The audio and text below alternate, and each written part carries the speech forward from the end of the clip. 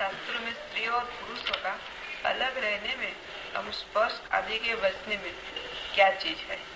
इतने इंकार में अनिष्ट वो नहीं होता है? धर्म के दो रूप हैं। लिखे ना, पीछे आप कर लो, पीछे टेप से डाल। धर्म के दो रूप हैं,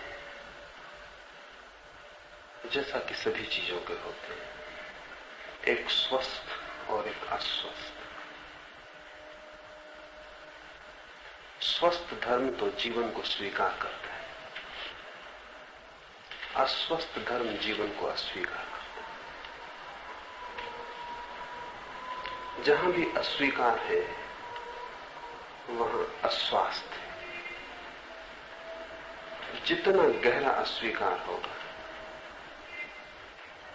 उतना व्यक्ति आत्मघाती है।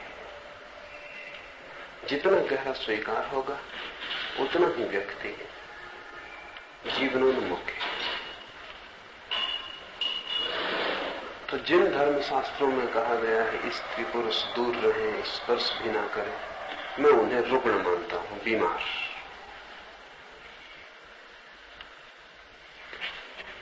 स्वस्थ तो मैं उस बात को मानता हूं जो जीवन में,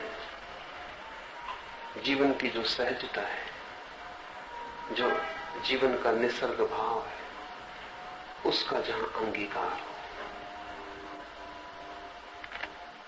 तो ऐसे धर्म शास्त्र भी हैं जो स्त्री पुरुष के बीच किसी तरह की कलह, द्वंद्व और संघर्ष नहीं करते। उन्हीं तरह के धर्म शास्त्रों का नाम तंत्र है। और मेरी मान्यता यह है कि जितनी गहरी पहुंच तंत्र की है जीवन के संबंध में, उतनी इन क्षुद्र शास्त्रों की नहीं है जहां निषेध किया गया। मैं तो समर्थन में नहीं हूं, क्योंकि मेरी मान्यता ऐसी है कि जगत और परमात्मा दो नहीं है। परमात्मा जगत की ही गहनतम अनुभूति है और मोक्ष कोई संसार के विपरीत नहीं है, बल्कि संसार के अनुभव में ही जाग जाने का नाम है।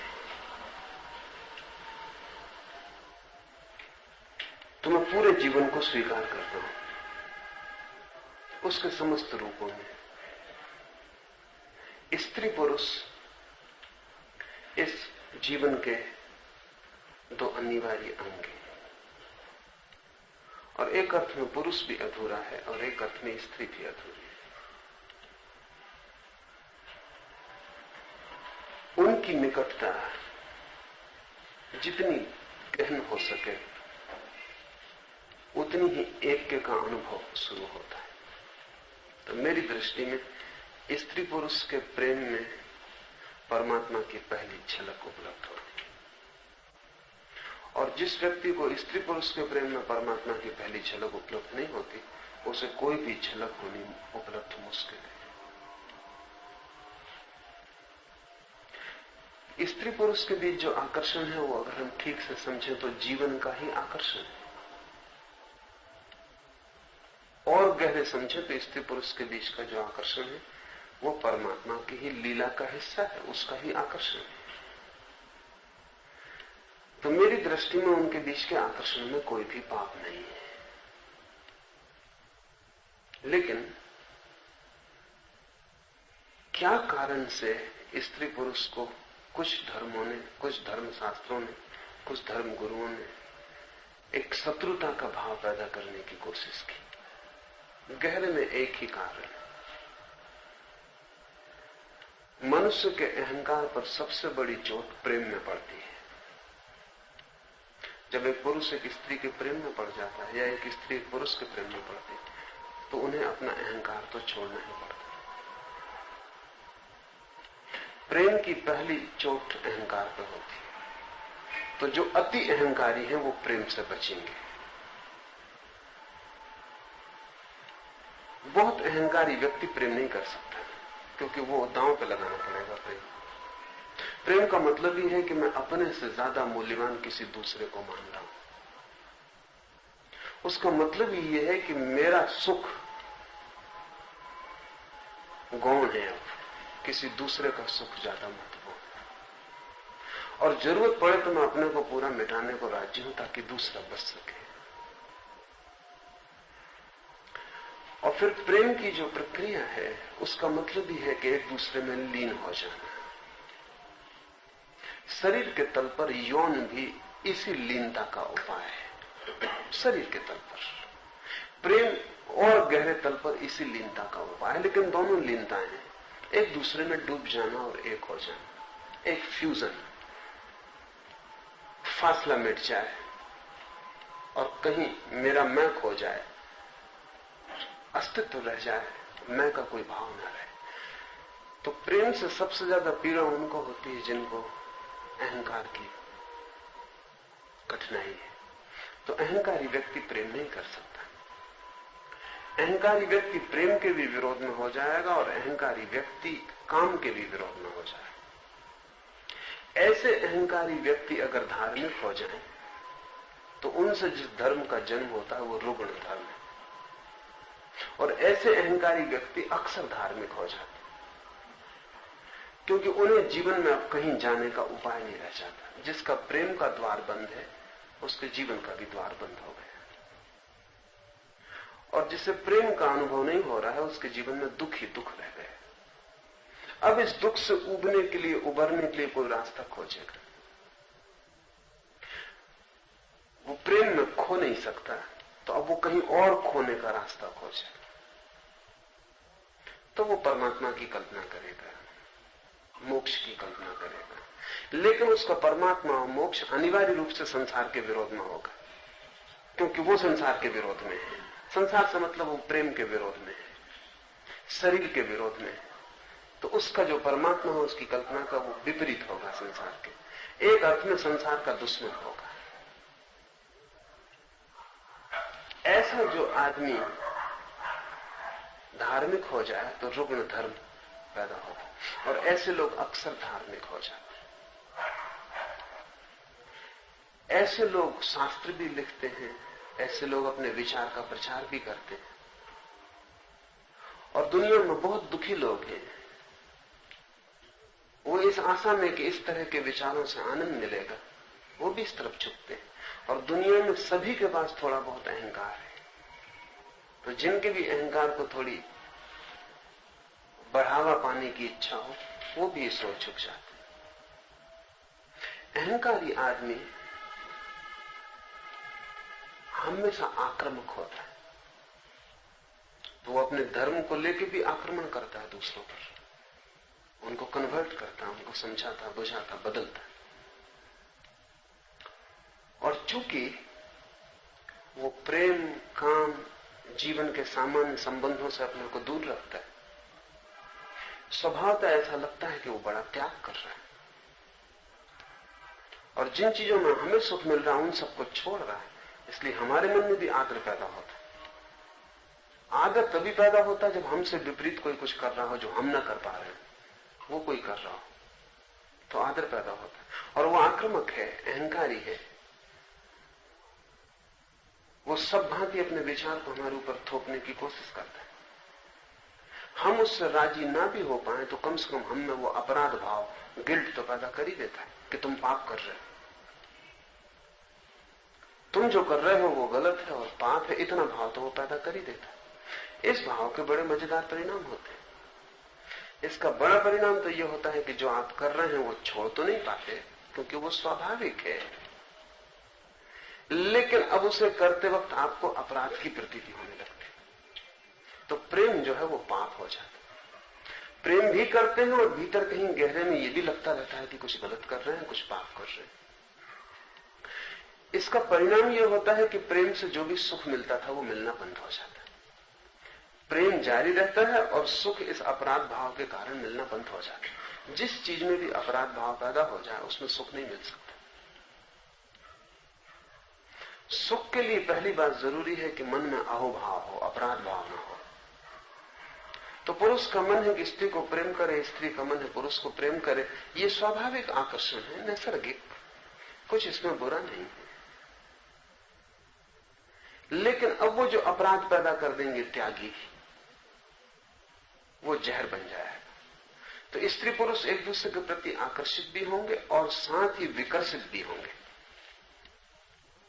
एक दोहरी धारा, द्वंद्व और विपरीत स्थिति बन जाएगी, एक भीतरी कंट्राडिक्शन खड़ा हो जाए। ये सारी मनुष्य जाति में उन्होंने पैदा कर दिया। इसके उनको फायदे हैं, क्योंकि जब आपको प्रेम से कोई सुख नहीं मिलता तो उनकी बात बिल्कुल ठीक लगने लगती कि न तो इसमें कोई सुख है, और सुख नहीं मिलता इसलिए नहीं कि प्रेम में सुख नहीं मिलता इसलिए कि उन्होंने पाप का भाव पैदा कर दिया।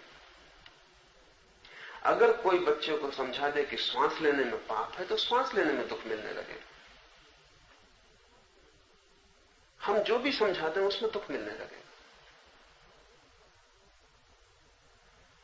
दुख जो है वो कोई भी गलत काम हम कर रहे हैं उससे मिलने लगेगा। वो काम गलत है या नहीं ये सवाल नहीं है। जैसे जैन घर का बच्चा रात को खाना खाए तो लगता है कि पाप हो रहा है। जब मैंने पहली दफा रात में खाना खाया तो मुझे वॉमिट हो गई, एकदम उल्टी हो गई, क्योंकि 14 साल तक मैंने कभी रात खाना खाया नहीं था, घर को कभी खाता नहीं था, और रात खाना पाप था चाहे। और जब पहली दफा विद्यार्थियों के साथ पिकनिक पे चला गया, वहां कोई जैन नहीं था, सब हिंदू थे, और उन्होंने कोई दिन में कोई फिक्र नहीं की भोजन बनाने की या खाने की। और मेरे अकेले के लिए मुझे अच्छा भी नहीं लगा कुछ को। दिन भर की थकान, पहाड़ी पे चढ़ना, दिन भर की भूख, और फिर रात उनका खाना बनाना मेरे सामने, तो भूख भी, उनके खाने की गंध भी, तो मैं राजी हो गया। फिर मैंने सोचा कि इतने लोग इतने दिन से खा के अभी तक नर्क नहीं गए, एक दिन ही खा लेने से नर्क नहीं चला जाऊंगा। नर्क तो नहीं गया, लेकिन रात मेरी तकलीफें पड़ गई, मैं नर्क में ही रहा, क्योंकि मुझे उल्टी हो गई खाने के बाद। 14 साल तक जिस बात को पाप समझा हो उसको एकदम से भीतर ले जाना बहुत मुश्किल है। उस दिन जब मुझे उल्टी हो गई तो मैंने यही सोचा कि बात पाप ही है, नहीं तो उल्टी कैसे हो जाए। तो विशेष सर्किल है विचार के, तो दुष्ट चक्र है। जिस चीज को हम पाप मान लेते हैं उसमें सुख नहीं मिलता, दुख मिलने लगता है, और जब दुख मिलने लगता है तो उसे और भी पाप मान लेने का गहरा भाव हो जाता है। जितना गहरा पाप मानते हैं उतना ज्यादा दुख मिलने लगता है। इस भांति 5000 साल से त्यागवादी आदमी की गर्दन पकड़े हुए, और वो बीमार लोग, रुग्ण, जीवन को जो भोग नहीं सकते, क्योंकि जीवन के भोगने के लिए जो अनिवार्य शर्त है उसको वो पूरी नहीं कर सकते, उनका अहंकार बाधा बनता है। तब फिर वो कहना शुरू कर देते हैं कि सब अंगूर खट्टे, और वो इतना प्रचार किया हुआ अंगूर खट्टे होने का कि अंगूर खट्टे हैं या नहीं, जब आप उनको मुंह में डालते हैं तो आपके दांत कहते हैं कि खट्टे हैं। प्रचार इतना बड़ा है। इन सारे लोगों ने स्त्री पुरुष के बीच बहुत तरह की बाधाएं खड़ी की, और चूंकि इनमें अधिक लोग पुरुष थे इसलिए स्वभावतः स्त्री को उन्होंने बुरी तरह निंदित किया। ये सब शास्त्र रचने वाले चूंकि अधिकतर पुरुष थे इसलिए स्त्री को उन्होंने बिल्कुल नरक का द्वार बना दिया। तो नरक के द्वार को छूने में खतरा तो है ही, फिर नरक के द्वार के पास होने में खतरा है। और जितना इन लोगों ने ये भाव पैदा किया कि स्त्री नरक का द्वार है, स्त्री पुरुष के संबंध पाप है, अपराध है, तो ये भी सामान्य मनुष्य थे, इनके भीतर भी स्त्री के प्रति वही आकर्षण था जो किसी और के मन में। और जब इन्होंने इतना विरोध किया तो यह आकर्षण और बढ़ गया। निषेध से आकर्षण बढ़ता है। जिस चीज का इनकार किया जाए उसमें एक तरह का रस पैदा शुरू हो जाता है। तो ये दिन रात इनकार करते रहे तो उनका रस भी बढ़ गया, और जब इनका रस बढ़ गया तो अगर इस तरह के लोग ध्यान करने बैठे, प्रार्थना करने बैठे, तो स्त्री ही उनको दिखाई पड़ने वाली। वो भगवान को देखना चाहते लेकिन दिखाई स्त्री पड़ती। तब स्वभावतः उनको और भी पक्का होता चला गया कि स्त्री ही नरक का द्वार। काम भगवान को जब भी पाने जाना चाहते तभी स्त्री बीच में आ जाती। सारे ऋषि मुनियों को स्त्रियां सताती। इसमें स्त्रियों का कोई कसूर नहीं, इसमें ऋषि मुनियों के मन की भावदशा है। ये ऋषि मुनि स्त्री के खिलाफ लड़ रहे हैं। कोई ऊपर इंद्र बैठा हुआ नहीं कि इनको अप्सराएं भेजते। मगर इन सबको अप्सराएं घेर लेती। नग्न स्त्रियां, सुंदर स्त्रियां, ये इनके मन के रूप हैं जो इन्होंने दबाया है, और जिसको निषेध किया है वो इतना प्रगाढ़ हो गया है, वो इतना प्रगाढ़ हो गया है कि अब वो बिल्कुल उनको वास्तविक मालूम पड़ता है। तो हम इनके कहने में भी गलती नहीं कि उन्होंने जो अप्सराएं देखी बिल्कुल वास्तविक है। ये अत्यंत रुग्ण चित्त की दशा है, विक्षिप्त चित्त की दशा है। जबकि कोई वासना इतनी प्रगाढ़ हो जाती कि उस वासना से जो स्वप्न खड़ा होता है वो वास्तविक मालूम होता है। ये पागल मन की हालत है। और इन सबको स्त्रियां ही सताती क्योंकि इनका पूरे जीवन का सारा संघर्ष स्त्री से है। जिससे संघर्ष है वो सताएगा। जिस दिन आपने उपवास किया है उस दिन भोजन के स्वप्न आ जाएंगे, और अगर 2-4 महीने का आपको लंबा उपवास करना पड़े तो आप डिलीरियम की हालत में हो जाएंगे। मस्तिष्क फिर जो भी देखेगा भोजन ही दिखाई पड़ेगा, कुछ भी सुनेगा भोजन ही सुनाई पड़ेगा, कोई भी गंध आएगी वो भोजन की ही गंध होगी। इससे कहीं कोई संबंध बाहर का नहीं, इसके भीतर जो अभाव पैदा हो गया है वो प्रक्षेपण कर रहा है। तो जब इन ऋषि मुनियों को ऐसा लगा कि स्त्री सब तरह डिगाती है और उनके ध्यान की अवस्था नष्ट हो जाती, और वो बड़ी ऊंचाई पे चढ़ रहे थे और नीचे गिर जाते, कोई न गिरा रहा है न कहीं वो चढ़ रहे थे, सब उनका मन का खेल है। और जिससे लड़ रहे थे, जिससे भाग रहे थे, उसी से खिंच के नीचे गिर जाते। तो फिर स्वभाव था, उन्होंने कहा कि स्त्री को देखना भी नहीं, छूना भी नहीं। स्त्री बैठी हो किसी जगह तो उस जगह पे एकदम मत बैठ जाना, कुछ काल व्यतीत हो जाने देना ताकि उस स्त्री की ध्वनि तरंगें उस स्थान से अलग हो जाए। अब ये बिल्कुल रुग्ण चित्त लोगों की दशा है।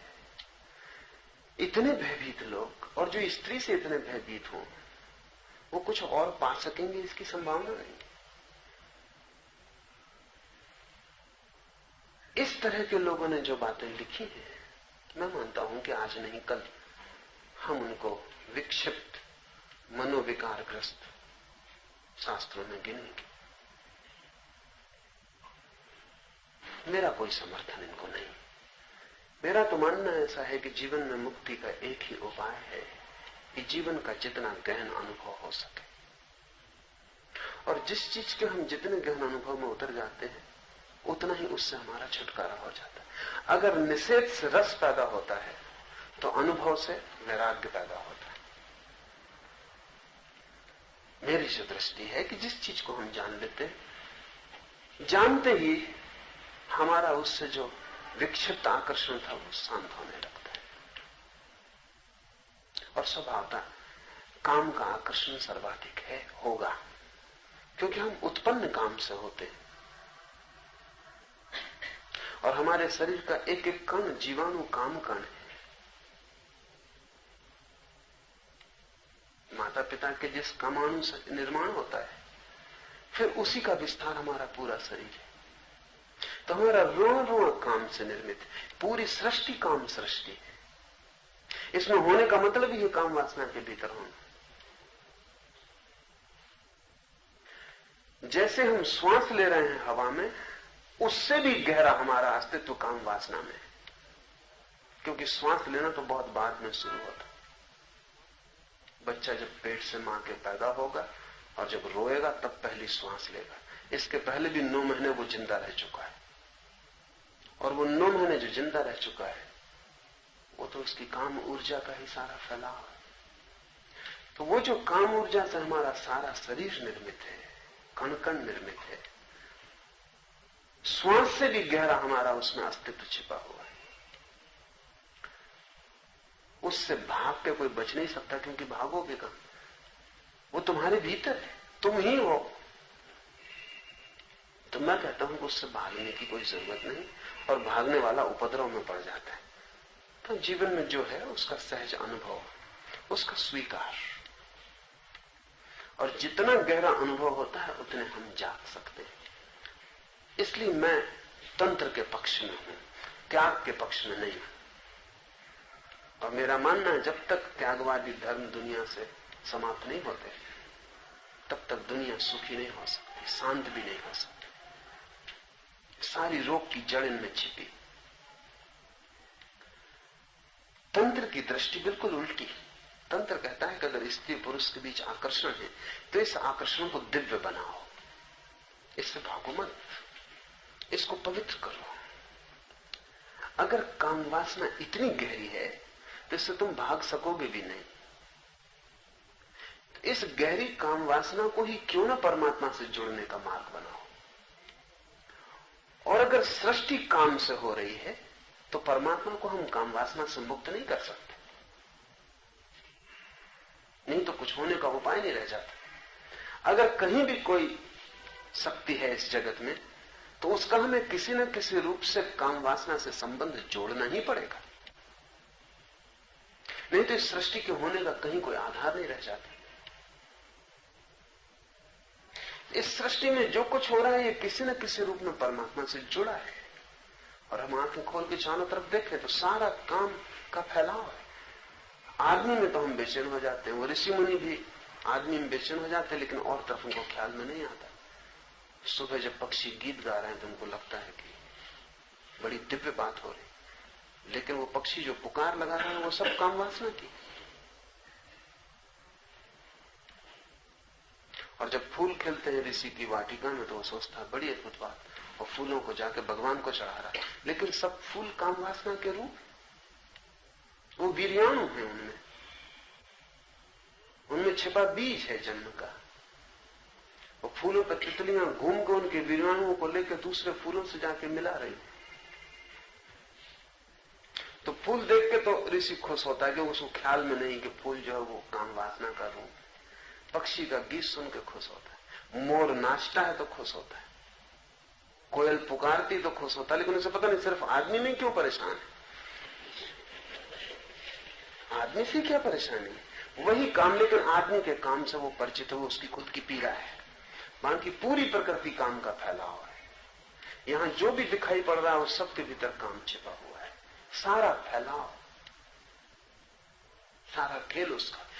तो जो काम इतने गहरे में है वो परमात्मा से जुड़ा होगा। तंत्र कहता है सबसे ज्यादा गहरी चीज काम वासना है, क्योंकि उससे ही जन्म होता है, उससे ही जीवन फैलता है। तो इस गहरे तंतु का हम उपयोग कर लें, इस तंतु से लड़े ना, बल्कि इस तंतु को धारा बना लें जिसमें हम बह जाएं। और काम वासना को अगर कोई धारा बना ले, ध्यान बना ले, समाधि बना ले, तो दोहरे परिणाम होते हैं। वो जो ऋषि निरंतर चाहता है त्यागवादी कि छुटकारा हो जाए, वो भी हो जाता है। और दूसरा परिणाम यह होता है कि ये व्यक्ति काम वासना से भी छूट जाता है, और काम वासना के कारण अहंकार से भी छूट जाता है। तो तंत्र की साधना ही स्वस्थ साधना है। तो मैं तो विरोध में नहीं हूं, न तो मैं विरोध में हूं कि स्पर्श से बचे हो, न बच सकते हैं। ऐसा ऊपर से बचेंगे तो भीतर अप्सराएं सताएंगी, उससे इस पृथ्वी की स्त्रियों में कुछ ज्यादा उपद्रव नहीं। बचने की बात ही मैं मानता हूं गलत है। भागना क्यों, डरना क्यों? जीवन जैसा है उसके तथ्य में जागरूक होना है। अगर मेरे मन में किसी चीज के प्रति आकर्षण है तो मैं इस आकर्षण को समझने की कोशिश करूं, क्या है ये आकर्षण, क्यों है ये आकर्षण, और इस आकर्षण को मैं कैसे सृजनात्मक करूं कि इससे मेरा जीवन खिले और विकसित हो, ये मेरा विध्वंस न बन जाए, और इस आकर्षण का मैं उपयोग कैसे करूं, ये सवाल है। तो इस आकर्षण का गहरा उपयोग ध्यान के लिए हो सकता है, और स्त्री पुरुषों की सन्निधि बड़ी मुक्तिदायी हो सकती। अगर कभी ऐसा हुआ कि मनुष्य और ज्यादा समझदार, और ज्यादा विचारपूर्ण हुआ, तो हम स्त्री पुरुष के बीच की सारी बाधाएं तोड़ देंगे। स्त्री पुरुष के बीच की बाधाएं तोड़ते ही हमारे 90% बीमारियां विलीन हो जाएंगी, क्योंकि उन बाधाओं के कारण सारे रोग खड़े हो रहे हैं, हमको दिखाई नहीं पड़ता। और चक्र ऐसा है कि जब रोग खड़े होते हैं तो हम सोचते हैं और बाधाएं खड़ी करो ताकि रोग खड़े ना। अब मैं एक गांव में था और कुछ बड़े विचारक और संत साधु मिलकर अश्लील पोस्टर विरोधी एक सम्मेलन कर रहे। तो उनका ख्याल है कि अश्लील पोस्टर लगता है दीवार पर, इसलिए लोग काम वासना से परेशान रहते हैं। जबकि हालत दूसरी, लोग काम वासना से परेशान है इसलिए पोस्टर में मजा है। पोस्टर कौन देखेगा? पोस्टर को देखने कौन जा रहा है? पोस्टर को देखने वही जा रहा है जो स्त्री पुरुष के शरीर को देख ही नहीं सका, जो शरीर के सौंदर्य को नहीं देख सका, जो शरीर की सहजता को अनुभव नहीं कर सका, वो पोस्टर देख रहा है। पोस्टर इन्हीं गुरुओं की कृपा से लग रहे हैं, क्योंकि ये इधर स्त्री पुरुष को मिलने जुलने नहीं देते, पास नहीं होने देते। तो इसका परवर्टेड विकृत रूप है कि कोई गंदी किताब पढ़ रहा है, कोई गंदी तस्वीर देख रहा है, कोई फिल्म बना रहा है, कोई, क्योंकि आखिर ये फिल्म कोई आसमान से नहीं टपकती, लोगों की जरूरत है। इसलिए सवाल ये नहीं कि गंदी फिल्म क्यों, सवाल ये कि लोगों में जरूरत क्यों। ये तस्वीर जो पोस्टर लगती कोई ऐसे मुफ्त पैसा खराब करके नहीं लगाता है, इसका कोई उपयोग है। इसे कहीं कोई देखने को तैयार है, मांग है इसकी। वो मांग कैसे पैदा हुई? वो मांग हमने पैदा की है स्त्री पुरुष को दूर कर करके, वो मांग पैदा करती। अब वो मांग को पूरा करने जब कोई जाता है तो हमको लगता है कि गड़बड़ हो रही है, तो उसको और बाधाएं डालो। उसको जितनी हम बाधाएं डालेंगे वो नए रास्ते खोजता मांग को, क्योंकि मांग तो अपनी पूर्ति मांगती है। तो मैंने उनको कहा कि अगर सच में चाहते हो कि पोस्टर विलीन हो जाए तो स्त्री पुरुषों के बीच की बाधा कम करो, क्योंकि मैं नहीं देखता आदिवासी समाज है जहां स्त्री पुरुष सहज है, करीब करीब नग्न है, वहां कोई पोस्टर लगा है या कोई पोस्टर में रस ले। जब पहली दफे ईसाई मिशनरी ऐसे कबीलों में पहुंचे जहां लोग नग्न थे, तो उनको ये भरोसा ही नहीं आया कि कोई नग्न स्त्री में भी रस ले सकता है, क्योंकि रस लेने का कोई कारण नहीं। जब तक हम वस्त्रों में ढांके हैं और दीवारें और बाधाएं खड़ी किए, तब रस पैदा होगा। रस पैदा होगा तो हम सोचते हैं कि और डर पैदा हो रहा है, जिसको रोको। मनुष्य की अधिक उलझने इसी भांति की है कि जो सोचता है कि सीढ़ियां हैं सुलझाव की, वही उपद्रव है, वही बाधाएं हैं। तो मैं तो मानता हूं कि बच्चे बड़े हों, साथ बड़े हों, लड़के और लड़कियों के बीच कोई फासला ना हो, साथ खेलें दौड़ें बड़े हों, साथ स्नान करें तैरें, ताकि स्त्री पुरुष के शरीर की नैसर्गिक प्रतीति हो और वो प्रतीति कभी भी रुग्ण न बन जाए, और उसके लिए कोई बीमार रास्ते न खोजने पड़े। और ये बिल्कुल उचित ही है, ये उचित ही है कि पुरुषों की स्त्री के शरीर में उत्सुकता हो, स्त्री की पुरुषों के शरीर में उत्सुकता हो, ये बिल्कुल स्वाभाविक है। और इसमें कुछ भी कुरूप नहीं है और कुछ भी अशोभन नहीं है। अशोभन तो तब होता है जो हमने किया है उससे अशोभन हो गई बात। अब जिस स्त्री से मेरा प्रेम हो उसके शरीर में मेरा रस होना स्वाभाविक है, नहीं तो प्रेम ही नहीं होगा। लेकिन एक अनजान स्त्री को रास्ते पर मैं धक्का मार दूं भीड़ में, ये अशोभन है। लेकिन इसके पीछे ऋषि मुनियों का हाथ। जिस स्त्री से मेरा प्रेम है उसे मैं अपने करीब निकट ले लूं, उसका आलिंगन करूं, ये समझ में आने वाली बात है, इसमें कुछ बुरा नहीं है।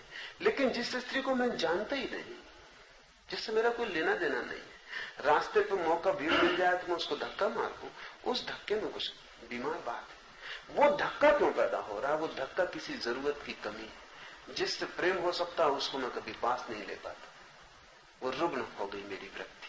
अब मैं धक्का मारने में भी रस ले रहा हूं, तो भीड़ में एक धक्के मार के चला गया तो भी समझो कि कुछ सुख पाया, और सुख इसमें मिल नहीं सकता।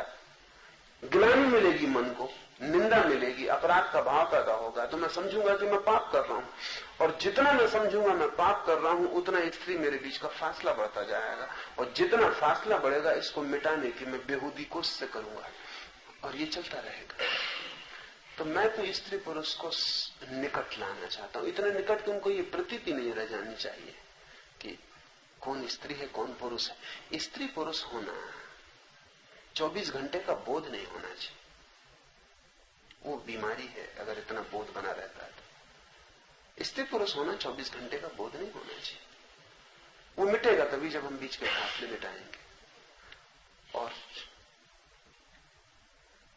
इसके गहरे परिणाम हो कि समाज की अश्लीलता, गंदा साहित्य, गंदी फिल्में, बेहुदा वृत्तियां वो अपने आप गिर जाएं और एक ज्यादा स्वस्थ मनुष्य का जन्म हो। और ये जो स्वस्थ मनुष्य, इसकी मैं आशा कर सकता हूं कि धार्मिक हो सके, क्योंकि जो स्वस्थ ही नहीं हो पाया अभी, उसके धार्मिक होने की कोई आशा नहीं मानता। तो एक तो धर्म है जो अधर्म से भी बुरा है, अस्वस्थ धर्म, उससे तो अधर्म ठीक। और एक धर्म है जो अधर्म से श्रेष्ठ है, और उसे मैं कहता हूं स्वस्थ धर्म। जीवन की समझ, प्रतीति, अनुभव, होश, इससे पैदा हुआ धर्म। स्त्री पुरुष जितने निकट होंगे उतना ही ये जो उपद्रव है शांत हो जाए, और ये उपद्रव शांत हो जाए तो असली खोज शुरू हो। क्योंकि आदमी बिना आकर्षण के नहीं जी सकता, और अगर स्त्री पुरुष का आकर्षण शांत हो जाता है तो वो और गहरे आकर्षण की खोज में लग जाता है। बिना आकर्षण के जीना मुश्किल है, वही प्रयोजन है। और जो स्त्री पुरुष में लड़ता रहता है उसका आकर्षण तो कायम रहता है, दूसरा आकर्षण का कोई उपाय नहीं है। परमात्मा मेरे लिए प्रकृति में ही गहरे अनुभव का नाम है, और जिस दिन वो अनुभव होने लगता है उस दिन ये सारे जिनसे हम बचना चाहते थे इनसे हम बच जाते हैं, पर बिना कोई चेष्टा किए। एक तो कच्चा फल है जिसको कोई झटका देकर तोड़ ले, और एक पका हुआ फल है जो वृक्ष से गिर जाता है। न वृक्ष को खबर होती कि वो कब गिर गया, न फल को खबर होती कब गिर गया, न फल को लगता है कि कोई बड़ा भारी प्रयास करना पड़ा, न कहीं कुछ होता नहीं, सब चुपचाप हो जाता। तो जीवन के अनुभव से एक वैराग्य का जन्म होता है जिसको मैं पका हुआ फल कहता हूं, और जीवन से लड़ने से एक वैराग्य का जन्म होता है जिसको मैं कच्चा फल कहता हूं। सब तरफ घाव छूट जाते और उन घावों का भरना मुश्किल है। तो मैं तो ऐसे किसी शास्त्रों के पक्ष में नहीं हूं। मेरा तो मानना यह है कि जो भी प्रकृति से उपलब्ध है उसका समग्र सर्वांगीण स्वीकार, और उसी स्वीकार से रूपांतरण।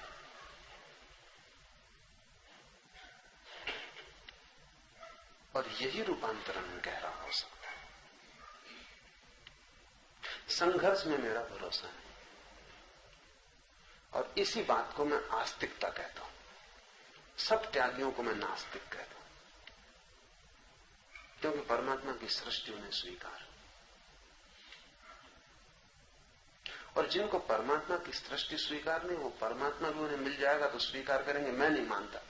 अस्वीकृति की उनकी आदत इतनी गहरी है कि जब वो परमात्मा को भी देखेंगे तो 1000 भूलें निकाल लेंगे कि इसमें ये पाप है।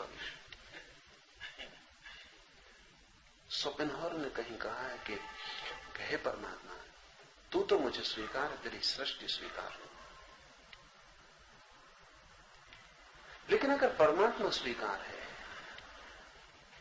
तो उसकी सृष्टि अनिवार्य रूपेण स्वीकृत हो जाती है, और अगर उसकी सृष्टि स्वीकार नहीं है तो बहुत गहरे में हम उसे भी स्वीकार नहीं कर सकते।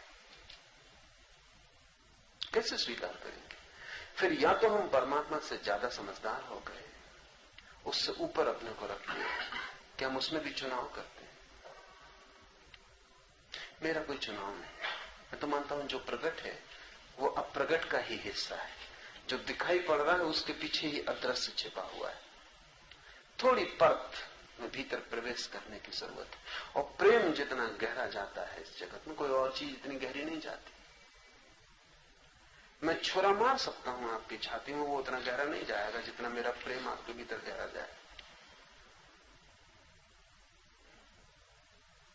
तो प्रेम से गहरा तो कुछ भी नहीं जाता। इसको ही जो छोड़ देता है वो उथला सतह पर रह जाता। तो मेरे मन में तो ऐसे शास्त्र अनिष्ट है, और जितने शीघ्र उनसे छुटकारा हो उतना अच्छा है। और ऐसे ऋषि मुनियों की चिकित्सा होनी चाहिए। मानसिक रोग है,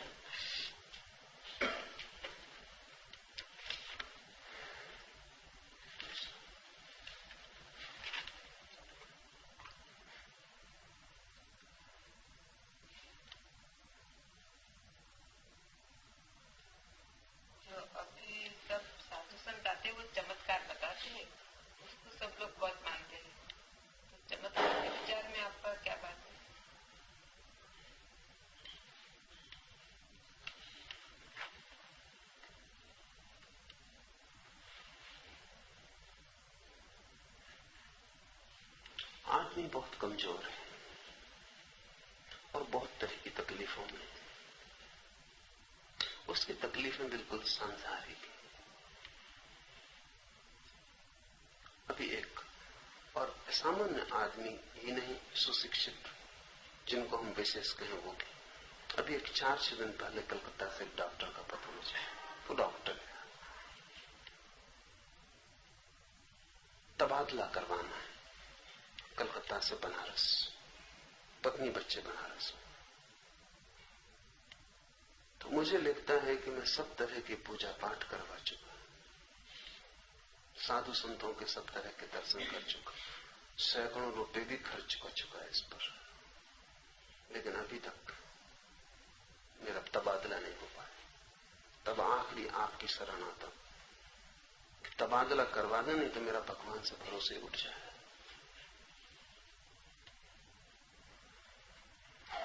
इधर मैं देखता हूं 100 में 99 आदमियों की तकलीफें ऐसी हैं, और जितना गरीब मुल्क होगा उतनी ये तकलीफें ज्यादा होंगी। किसी को नौकरी नहीं, किसी को बच्चा नहीं, किसी को बीमारी है, किसी को कोई तकलीफ है, 1000 तरह की तकलीफें। ये जो तकलीफों से भरा हुआ आदमी है, ये चमत्कार की तलाश करता है।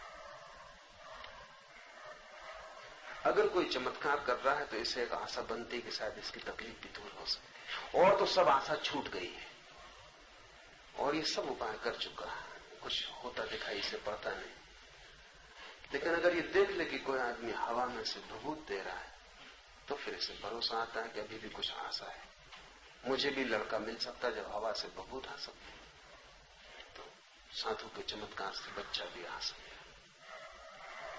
और अगर हाथ से सोना आ जाता है और घड़ियां आ जाती हैं तो फिर क्या दिक्कत कि मेरा तबादला ना हो जाए, मुझे नौकरी ना मिल जाए।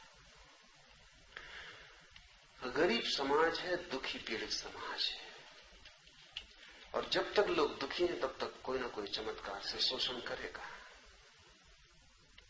सिर्फ ठीक संपन्न समाज हो तो चमत्कार का असर कम हो जाए। जितनी तकलीफ होगी उतना चमत्कार का परिणाम होगा। फिर चमत्कार क्या है?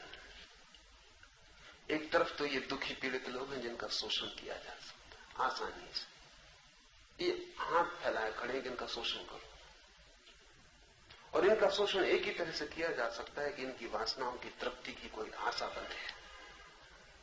तो वो आशा कैसे बंधे? अगर कोई बुद्ध महावीर हो तो वो तो आशा बंधाता नहीं,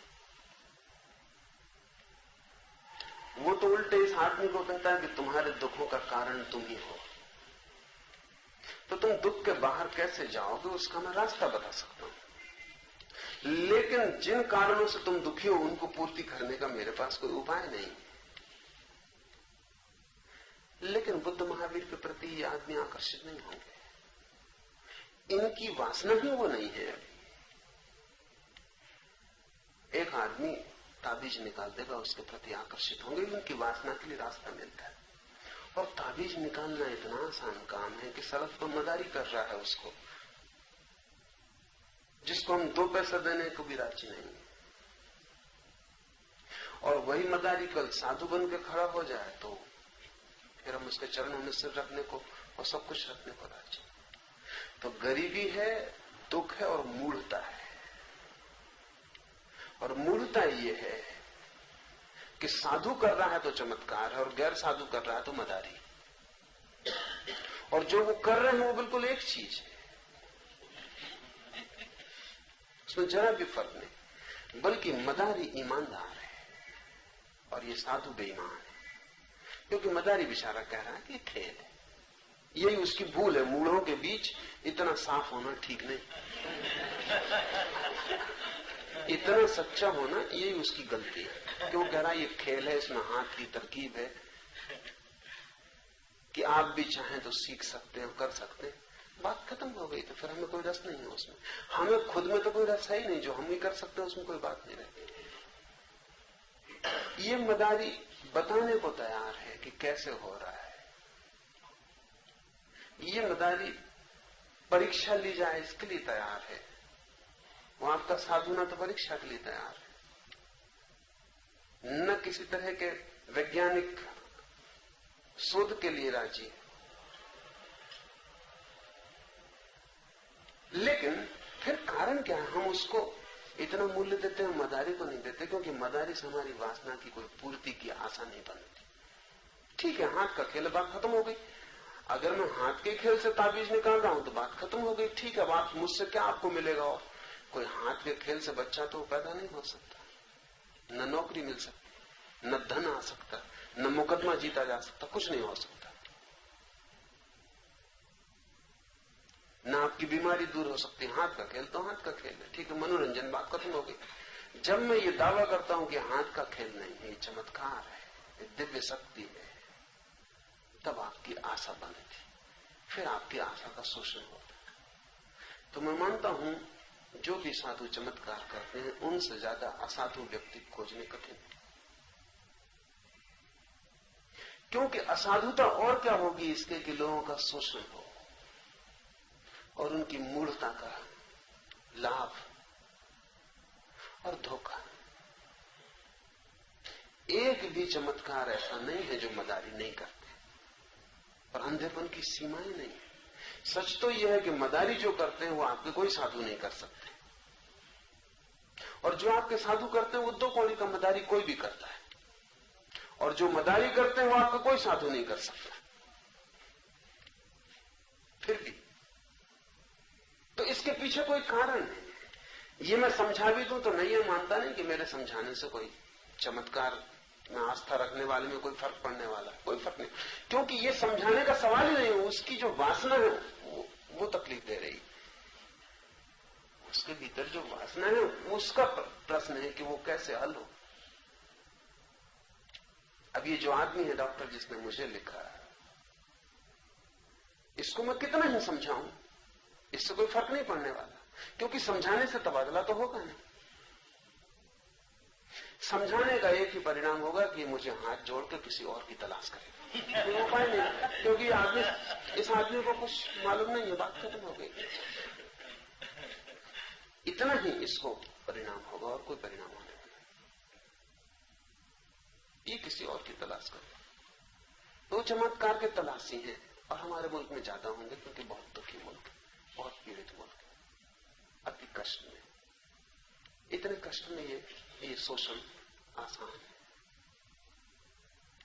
मगर मेरा मानना ऐसा है कि धर्म से चमत्कार का कोई लेना देना नहीं, क्योंकि धर्म का वस्तुतः आपकी वासना से कोई लेना देना नहीं। धर्म तो इस बात की खोज है कि वो घड़ी कैसे आए जब सब वासनाएं शांत हो जाए, कैसे वो क्षण आए जब मेरे भीतर कोई चाह न रह जाए, क्योंकि तभी मैं शांत हो पाऊंगा। जब तक चाह है तब तक अशांति रहेगी, चाह ही अशांति। तो धर्म की तो पूरी चेष्टा ये है कि कैसे आपके भीतर वो भाव दशा बन जाए जहां कोई चाह नहीं, कोई मान नहीं। उस घड़ी ही अनुभव होगा जीवन की परम धन्यता का। तो चमत्कार से क्या लेना देना है? धर्म का कोई लेना देना चमत्कार से नहीं। और सब चमत्कार मदारी के लिए। जो ना समझ मदारी है वो बेचारे सड़कों पर करते हैं, जो समझदार है, चालाक है, होशियार है, बेईमान है, वो साधु के वेश में कर रहे हैं।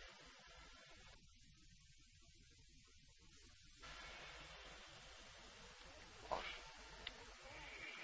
इनको तोड़ा भी नहीं जा सकता, वो भी मैं समझता हूं कि इनके खिलाफ कुछ भी कहो उससे कोई परिणाम नहीं होता।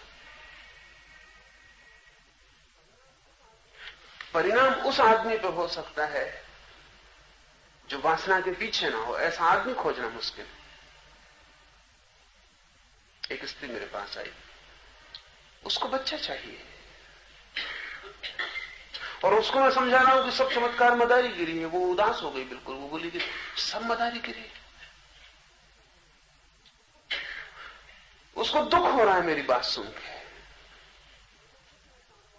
तो मुझे खुद ही ऐसा अनुभव होने लगा कि मैं पाप कर रहा हूं जो उसको मैं समझा रहा हूं, क्योंकि हो बच्चा न हो बच्चा, होने की आशा में तो वो अपना दौड़ धूप कर रही है, चल रहा है।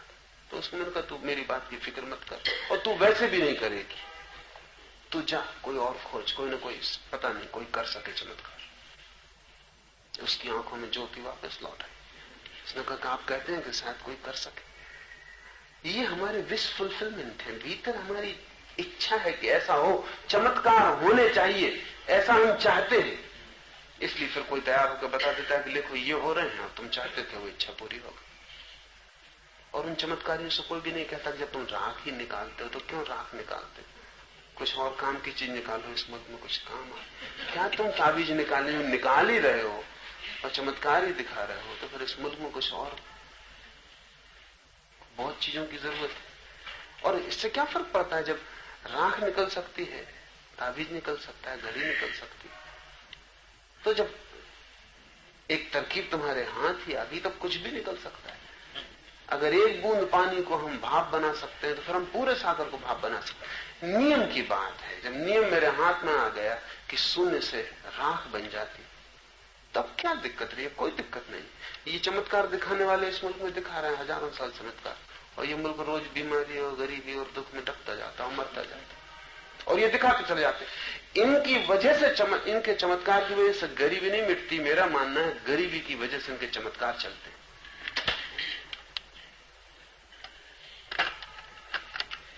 थोड़ी देर को सोचो, यहां इतने लोग बैठे हैं, अगर अभी यहां बाहर पता चले कि सत्य साईं बाबा मौजूद है, तो आपके मन में पहला ख्याल क्या आएगा? और उनको ये कह दे कि वो जो भी आपकी इच्छा है उनसे पूरी हो सकती, फिर आपकी समझने में उत्सुकता नहीं रह जाएगी।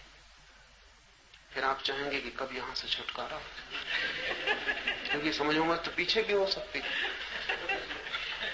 आपको तत्काल क्या ख्याल आएगा अगर आपको पता चले कि बाहर साईं बाबा खड़े होकर आपकी इच्छा पूरी कर सकते हैं? तो आपको जो पहला ख्याल आएगा वो ये नहीं आएगा कि चमत्कार मदारीगिरी है। पहला ख्याल आपको ये आएगा कि आपकी वासना क्या है। फौरन आपको आपकी वासना उठ जाएगी मन में कि तो फिर ठीक है, चल के मैं इतनी मांग कर ही लूं। आदमी जी रहा है अपनी वासनाओं से। वासनाग्रस्त आदमी चमत्कार नहीं होता ऐसा मान नहीं सकता, ये तकलीफ है उसका। वो चाहता है कि चमत्कार होते हो। अगर एक साईं बाबा गलत हो तो कोई फिक्र नहीं, ये आदमी गलत होगा, लेकिन कहीं कोई ना कोई चमत्कार कर रहा होगा, कोई दूसरा ठीक होगा। मेरे पास लोग आते हैं, वो कहते हैं ये गलत होंगे, वो गलत होंगे, लेकिन कोई तो ठीक होगा। ये सवाल नहीं है सब गलत सिद्ध हो जाएं तो रोज पता चल जाता है कि फला आदमी गलत सिद्ध हो गया, पर कोई फर्क नहीं पड़ता, चमत्कार जारी रहते। आ गलत होता है तो बा करता है, बा गलत होता है तो सा करता है, कोई ना कोई करता है, कोई ना कोई देखने वाला तैयार है। चमत्कार नहीं रुकते, चमत्कारी गिरते जाते हैं, चमत्कार नहीं रुकते, क्योंकि कोई बहुत मौलिक वासना की तृप्ति हो रही है। हम हैं दीन और दुखी, बड़ी चाहों से भरे, और कोई आशा नहीं दिखती कि ये चाहें पूरी हम कर पाएंगे। कोई पूरी कर दे आकाश से तो ही एकमात्र आशा है। इसलिए दुनिया में चमत्कार होते रहेंगे जब तक दीनता, दुख, पीड़ा, मूढ़ता सघन है। और मैं नहीं दिखता कि कभी भी ऐसा मौका आएगा कि आदमी इतना समझदार होगा कि चमत्कार न चले। बहुत मुश्किल दिखता है, बहुत मुश्किल दिखता है। 5000 साल पहले चलते थे तो हम सोचते थे विज्ञान विकसित नहीं हुआ है, अभी भी चलते और विज्ञान इतना विकसित है, लेकिन कोई फर्क नहीं पड़ता, कोई फर्क नहीं पड़ता। आदमी जब तक नहीं बदलता कोई फर्क नहीं पड़ेगा। आप कुछ भी खोजबीन करके ले आओ, सब जाहिर कर दो। इधर मैंने प्रयोग किए, मैं सोचा शायद इसका कुछ परिणाम हो, लेकिन फिर मुझे लगा नहीं होगा। मैंने 2 मित्रों को राजी किया कि मैं तुम्हें लेके घूमूं सारे मुल्क में, और जो जो चमत्कार लोग दिखाते हैं तो मंच पे खड़े होकर दिखा दो, और फिर हम लोगों को समझा दें कि ये सब खेल है। मैंने कुछ मित्रों को उनके दिखाए तो उन्होंने देख के कहा कि हाँ ये होगा खेल, लेकिन सत्य सही बाबा खेल नहीं। तब मैंने कहा कि फिजूल है, इसमें कोई मतलब नहीं, इन दो को विचारों को परेशान करना। वो कहेंगे कि ये है मदारी, लेकिन वो थोड़ी मदारी है। क्या किया जा सकता है इसमें? कोई उनका ये रक्षा कर रहे हैं ऐसा भी नहीं, इनको कोई लेना देना नहीं, लेकिन इनकी वासना है। ये चाहते हैं कि कहीं तो कोई कर रहा हो चमत्कार जो सच्चा है, बस इनकी चाह है। तो मैं तो सख्त खिलाफ हूं, क्योंकि मेरा मानना है कि इन क्षुद्र बातों में लोगों को उलझाना है, उनका समय नष्ट करना है, उनके मनों को लुभाना, व्यर्थ उलझाव में बनाए रखना, कुछ हल तो नहीं होता। धार्मिक व्यक्ति का तो कर्तव्य एक है कि कैसे व्यक्ति का दुख शांत हो। इस दिशा में अगर वो कुछ उनको बता सके, कुछ उनको करवा सके, कुछ उनके जीवन को बदलने की कीमिया खोज सके। बुद्ध ने कहा है कि मैं चिकित्सक हूं, वैद्य हूं, मैं कोई चमत्कार नहीं दिखा सकता, मैं तुम्हें सिर्फ औषधि की प्रक्रिया बता सकता हूं। और तुम बीमार हो तो अगर तुम्हारी बीमारी को मिटाने की इच्छा हो तो ये औषधि का उपयोग कर सकते हो। तो मेरा तो औषधि में भरोसा है। लेकिन इस तरह की उत्सुकता उन लोगों में होती है जो कि सच में ही शांति की खोज में हो। अब जो इस खोज में ही नहीं है, उसके लिए तो फिर मैं मानता हूं कि इतनी बड़ी दुनिया है, उसमें बहुत तरह के लोग हैं, उसमें कोई चमत्कार देखना चाहता है तो उसको देखने का हक है, और कोई दिखाना चाहता है उसको दिखाने का हक है। और दोनों मजा ले रहे हैं तो हम क्यों बीच में बाधा डालें? उनको लेने देना चाहिए, कभी समझ आएगी। इसमें जो देख रहे हैं उनका तो जीवन खराब हो रहा है, जो दिखा रहे हैं उनका और बुरी तरह खराब हो रहा है। क्योंकि देखने वाले तो शायद कभी जग भी जाएं कि छोड़ो कहां के खेल में पड़े हो। वो जो दिखाने वाला है उसके अहंकार की इतनी तृप्ति होती रहती, उसे ख्याल भी नहीं होता। तो मेरे लिए तो साईं बाबा जैसे लोग दया के पात्र, दयनीय है, उनका जीवन तो बिल्कुल मिट्टी में जा रहा है। धर्म का कोई संबंध चमत्कार से नहीं।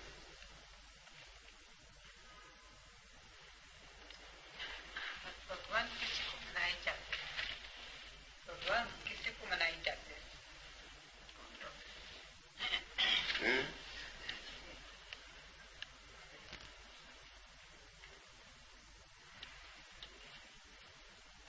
मेरी दृष्टि में तो भगवान के सिवाय कुछ और है नहीं।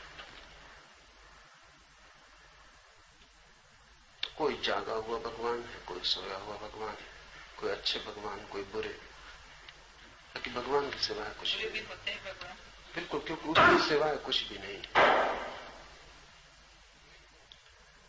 अगर बुरे को हम काट दें उससे तो फिर बुरा होगा कैसे? होना मात्र ही उसका है।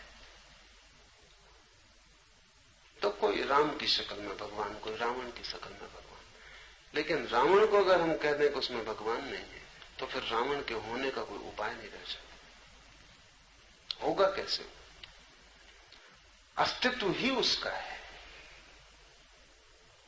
तो हमें कठिन लगता है कि बुरे भगवान कैसे, चोर भगवान कैसे। बाकी अगर वही है तो चोर में भी भगवान है।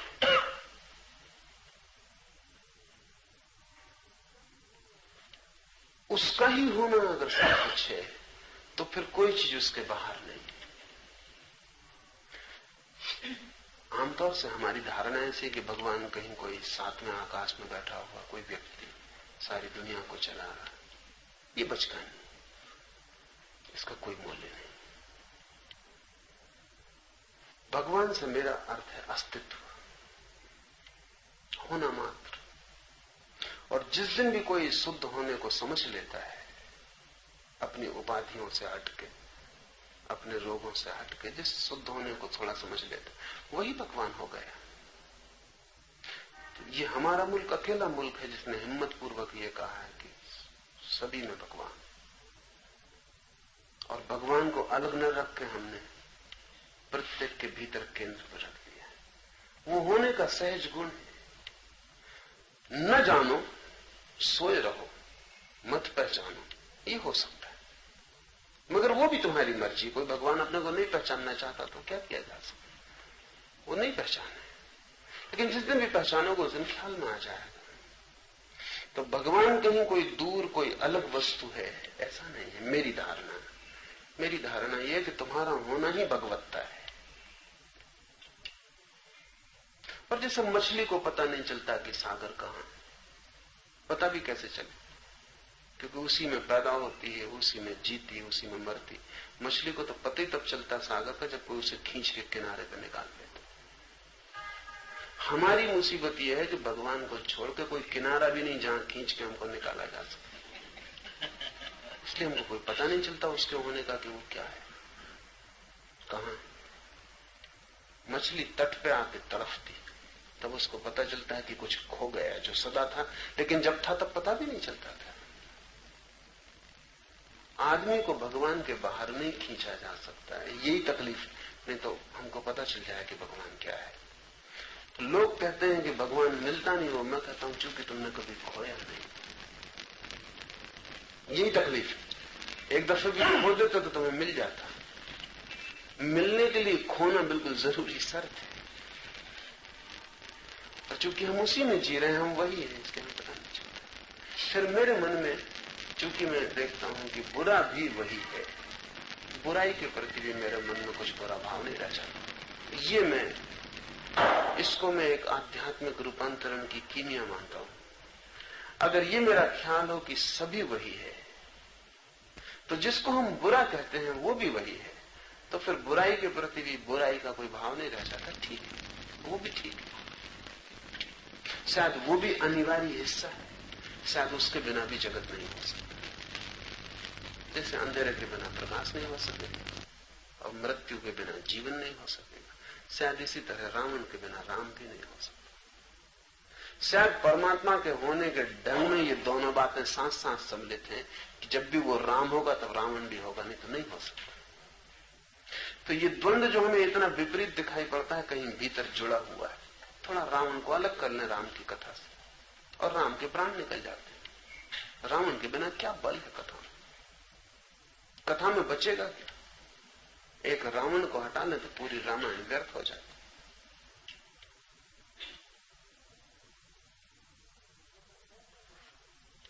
तो जब मैं ऐसा देखता हूं कि बुरा और भला एक ही सिक्के के दो पहलू हैं, तो बुरा भी कुछ बुरा नहीं रह जाता। इसलिए मेरी कोई चेष्टा ऐसी नहीं कि बुरे आदमी को अच्छा बनाओ। मेरी चेष्टा ऐसा कि बुरा आदमी ठीक से बुरा हो जाए और अच्छा आदमी ठीक से अच्छा हो जाए। मेरा फर्क समझते हैं? क्योंकि बुरा आदमी अच्छा हो जाए ऐसी मेरी कोई कोशिश नहीं कि रावण को राम बनाओ, कुछ मतलब हल ना होगा, सब खराब हो जाए, सब खराब हो जाए।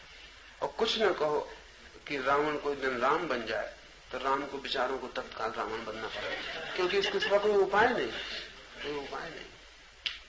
तो रावण अच्छा रावण हो, शानदार, पूरी तरह प्रकट हो, और राम पूरी तरह प्रकट हो अपनी प्रतिभा में, तो ये खेल का पूरा रूप आ जाए।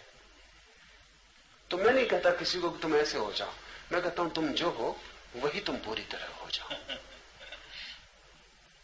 कोई ढांचा नहीं देता कि ऐसे बनो, क्योंकि मैं कौन ढांचा देने वाला है। तुम जो बन सकते हो वही बनो, उसमें पूरी तरह संलग्न हो जाओ। और कैसे पूरी तरह संलग्न हो सकते हो वो मैं जरूर कहता हूं। और जिस दिन तुम जो हो वही बन जाओगे, उस दिन तुम्हें परमात्मा की प्रतीति हो जाएगी। क्योंकि जिस दिन तुम पूरे खिलोगे अपने व्यक्तित्व में, वही अनुभव है उसका। व्यक्ति का पूरा खिल जाना ही, उसके भीतर जो छिपा है उसका पूरा पखरियों तक फैल जाना है अनुभव है। तो मेरे लिए भगवान तो सभी हैं।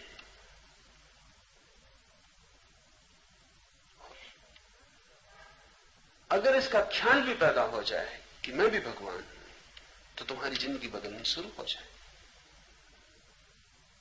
क्षुद्र से जोड़ना ही क्यों नाता अपना? नाते जोड़ना हो तो विराट से जोड़ लेना चाहिए।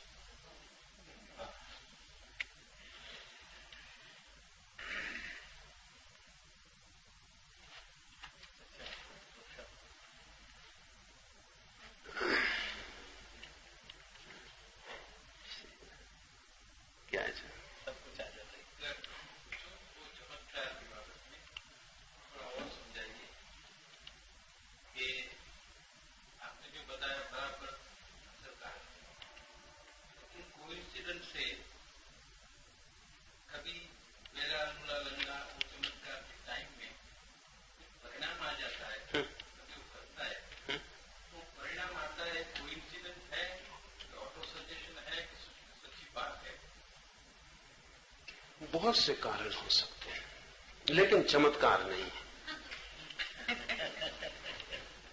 चमत्कारिक भी मालूम हो, चमत्कार नहीं। आदमी के मन के बहुत से नियम हैं जिनका हमें होश नहीं है,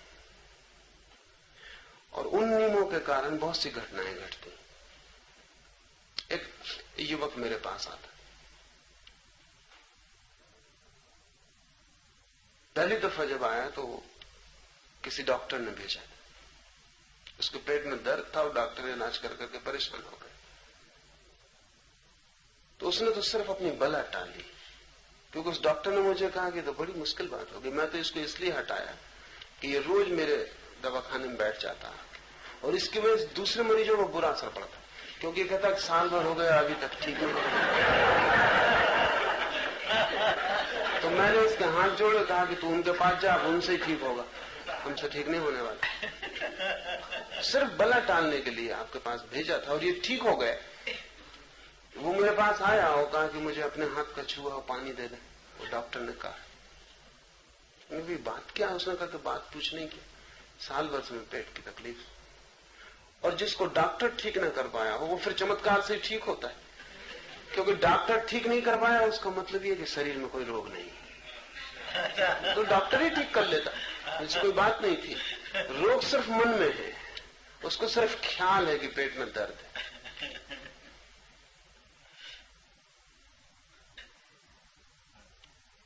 मैं उसको इनकार किया, कहा कि ये मैं करूंगा नहीं, क्योंकि कल और लोग आ जाएं। तब उसने मेरे पैर पकड़ लिए, आप क्या कह रहे हैं? मैं किसी को बताऊंगा ही नहीं, ये बात छिपती नहीं। तू साल भर से बीमार है और अगर ठीक हो गए तो तू तो ठीक हुआ, हम फंस गए, कल तो और लोग आ जाएंगे। 12 बजे रात तक मैं उसे रोके रहा। जब वो बिल्कुल छाती पीट रोने लगा, मेरी माँ मौजूद थी वहां, उसने मुझे कहा कि बेचारा सिर्फ पानी ही मांगता, 3 घंटे से मैं सुन रही तुम्हारी बातचीत, इसको पानी दो, हो ठीक न हो ठीक, झंझट मिटाओ, सो जाओ। पर 3 घंटे उसे रोकना जरूरी था, क्योंकि जितना मैंने उसे रोका उतना उसका पक्का होता गया कि पानी में कुछ है। रोकने की बात भी क्या थी?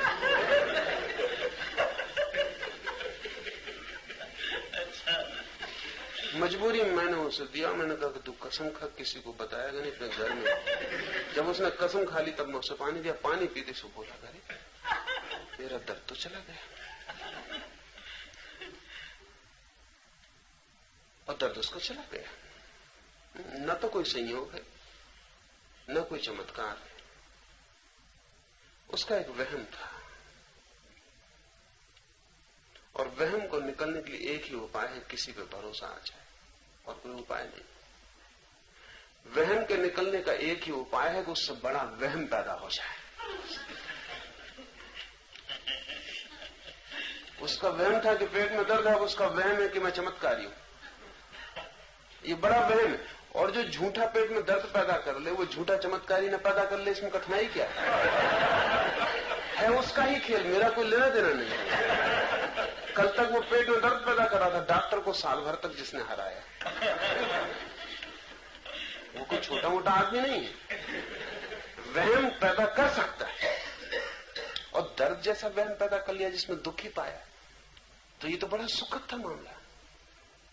उसने घूंट अंदर नहीं गया, उसने कहा कि गजब, ये तो चमत्कार हो गया। उसने कहा कि वो कसम वसम मैं नहीं मानूंगा, क्योंकि मेरी मां की तबीयत खराब है।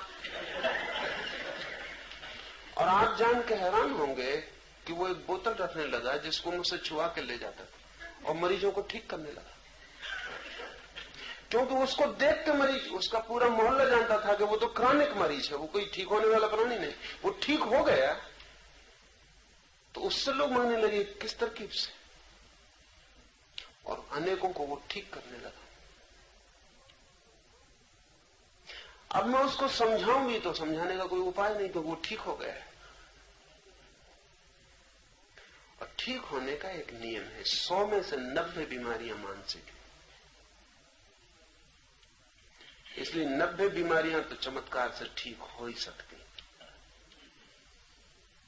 वो जो 10 बीमारियां हैं जो मानसिक नहीं है, उनका भी चमत्कार से असर हो सकता है, आपको भुलाई जा सकती है। जैसे कि झूठी बीमारी पैदा हो सकती है, वैसी सच्ची बीमारी भूल सकती है। हिप्नोसिस में 2 तरह के प्रयोग हैं। अभी किसी को सम्मोहित किया जाए और एक खाली कुर्सी रख दी जाए। जब वो सम्मोहित हो तब उसको कहा जाए कि खाली कुर्सी पर उसका कोई परिचित व्यक्ति आके बैठ गया, फिर उससे कहा जाए आंखें खोलो, वहां कुर्सी खाली है, वो देखेगा बराबर कि फला आदमी बैठा हुआ है, जो नहीं है वो दिखाई पड़ रहा है। इससे उल्टा भी हो जाता है, जो कुर्सी पे बैठा हुआ आदमी उसको कहो वो कुर्सी खाली, यहां कोई नहीं, फिर उससे आंख खोल के कहो, उसको दिखाई नहीं पड़ेगा। हमारा मन जो देखना चाहे वो ना हो तो भी दिखाई पड़ सकता है, और हमारा मन जो देखना न चाहे तो जो हो वो भी नहीं दिखाई पड़ेगा। अब इसके लिए जरूरी है कि बहुत गहरी आस्था का भाव पैदा हो जाए। चमत्कारी व्यक्ति उतना ही काम कर रहा है कि वो उतना भरोसा दिलवा रहा है कि ठीक। अब इसमें कठिनाइयां ये हैं कि अगर चमत्कारी व्यक्ति, जैसे मैंने ये बात आपसे कह दी, अब आपके पेट में दर्द हो तो मैं कुछ नहीं कर सकता, बेकार हूं, मेरा चमत्कार काम नहीं करेगा। तो आपके पेट में दर्द हो तो मैं तभी आपका ठीक कर सकता हूं जब मेरे आसपास में हवा बना के रखूं पूरी की पूरी कि मैं चमत्कारी हूं। इसमें जरा भी एक्सप्लेनेशन खतरनाक है। इसमें जरा सी व्याख्या साफ हो गई आपकी तो फिर आपको फायदा मुझसे नहीं हो सकता।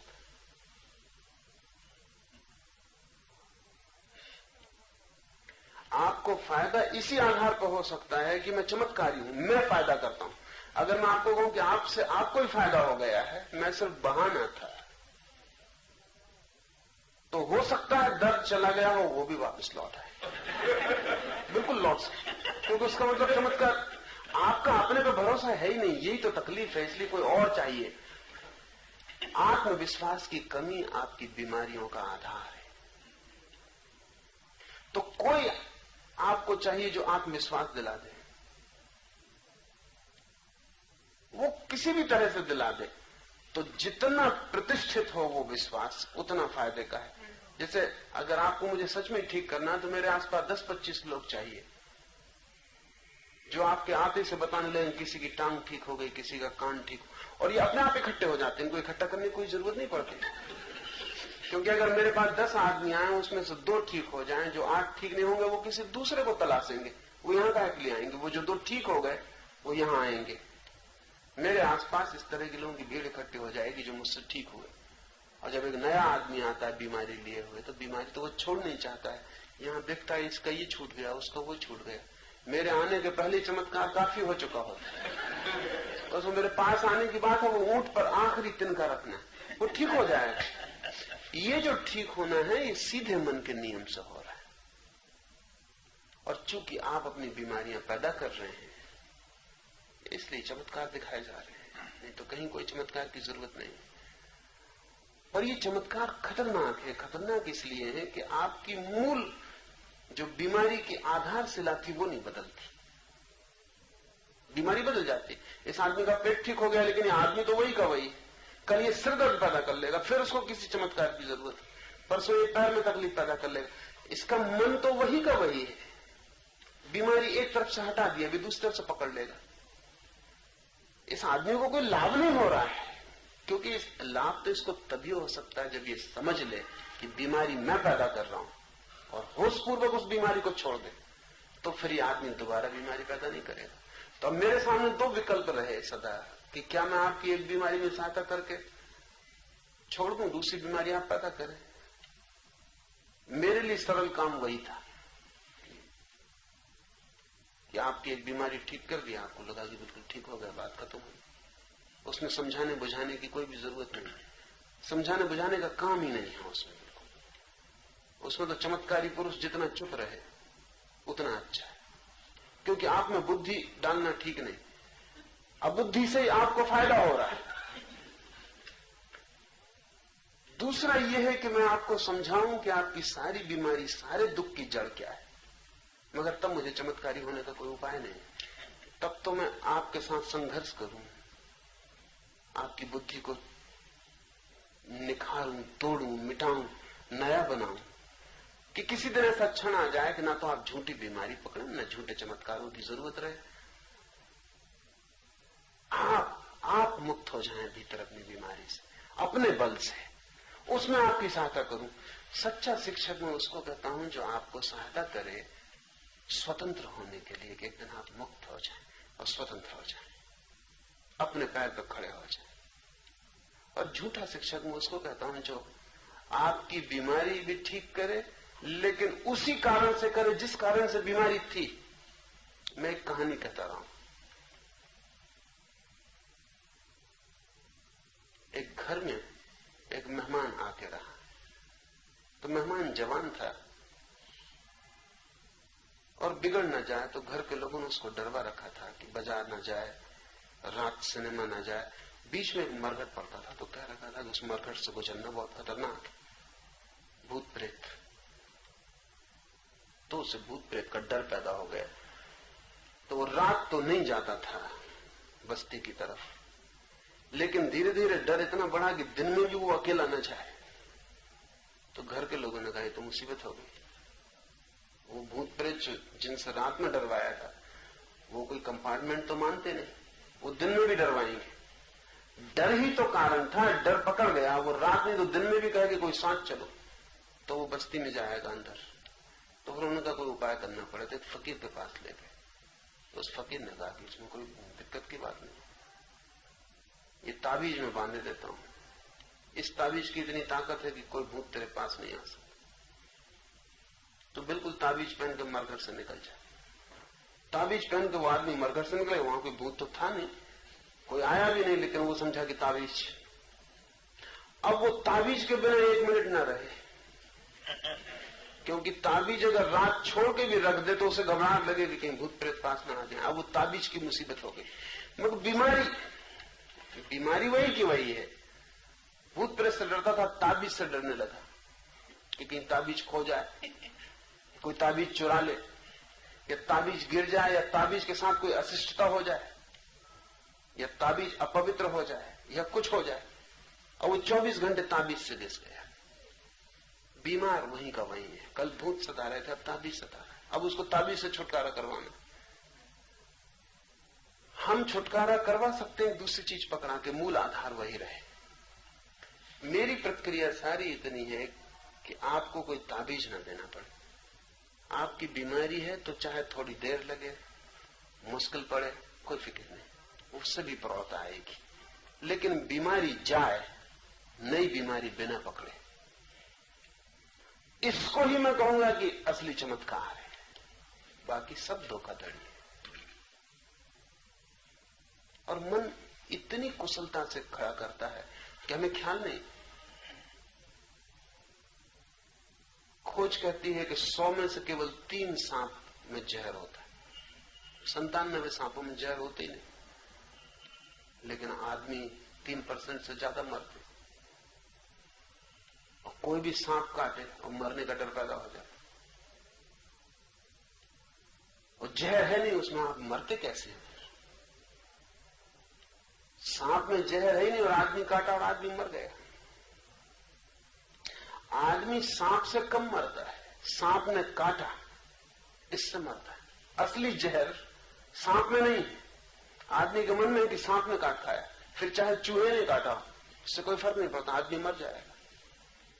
इसलिए सांप झाड़ा जा सकता है क्योंकि कोई जहर तो होता नहीं। 97 मौके पर सांप का झाड़ने वाला सफल होगा, क्योंकि जहर तो होते नहीं। आदमी का कोई वास्तविक कारण नहीं है मरने का, सिर्फ ये ख्याल। तो मेरे एक मित्र जो सांप झाड़ने का काम करते, उन्होंने सांप पाल रखे। तो ये जरूरी है।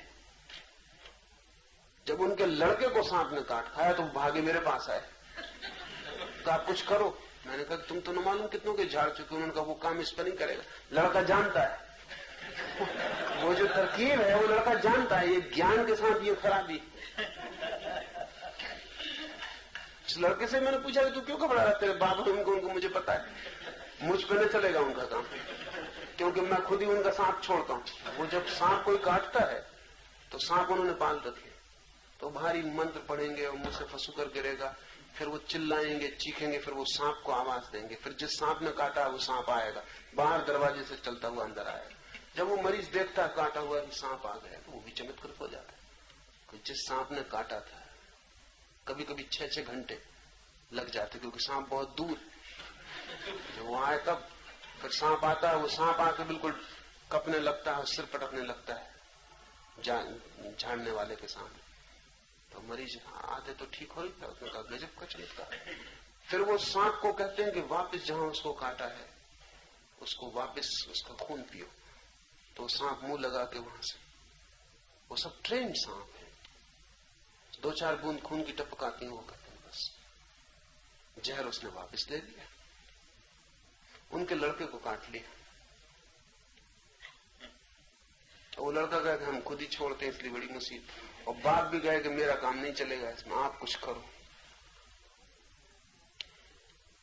तो इस सारे चमत्कार की दुनिया में आपकी वो बीमारियां दूर हो रही हैं जो कभी थी ही नहीं। इसका ये मतलब नहीं कि आप तकलीफ नहीं पा रहे थे, आप तकलीफ पा रहे थे, आप मर भी जाते, ये भी हो सकता है।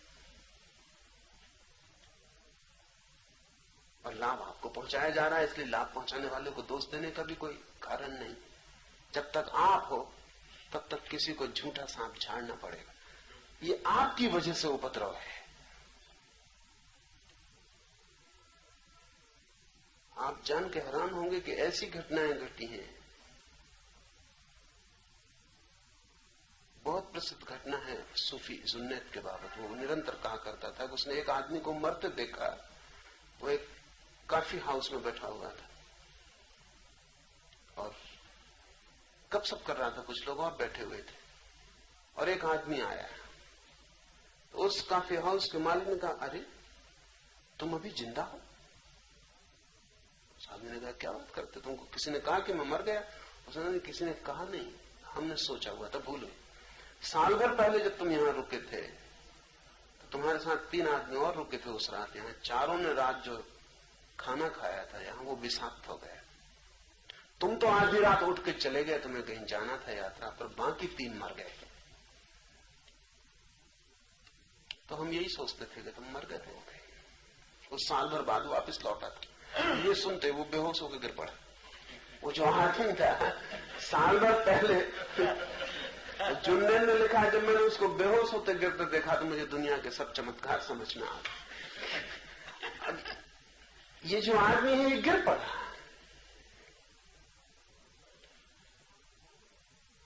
तीन मर गए, विषाक्त भोजन, साल भर का फासले मिट गया। उसको ख्याल ही न रहा कि साल भर पहले की बात है। उसको होश में लाने के लिए पड़ोस से झाड़ने फूकने वाले बुलाने पड़े, बामुश्किल वो होश में आया।